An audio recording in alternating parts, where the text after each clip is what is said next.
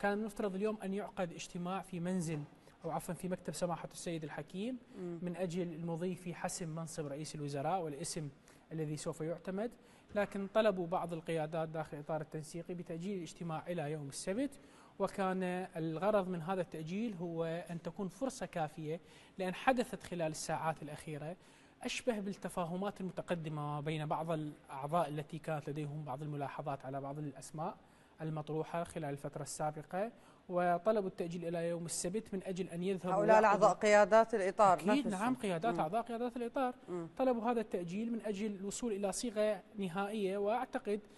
الأمر ذاهب إلى أن يتحقق اجتماع يوم السبت بأن يتفق الإطار على أحد الأسماء بالإجماع، يعني ما حتى تكتمل الصورة، ممكن باجتماع ممكن ما يقدم. بالإضافة إلى ذلك أكو متغيرات إقليمية، أكو ملاحظات داخلية، أكو ملاحظات من قبل قيادات الإطار على بعض الأسماء، فبالتالي يحاولون أن يكونون ضمن المدة الدستورية، وهذه المدة الدستورية متبقى لها 10 أيام من أجل حسم مرشح أو ملف رئاسة الوزراء بشكل تام داخل إطار التنسيق.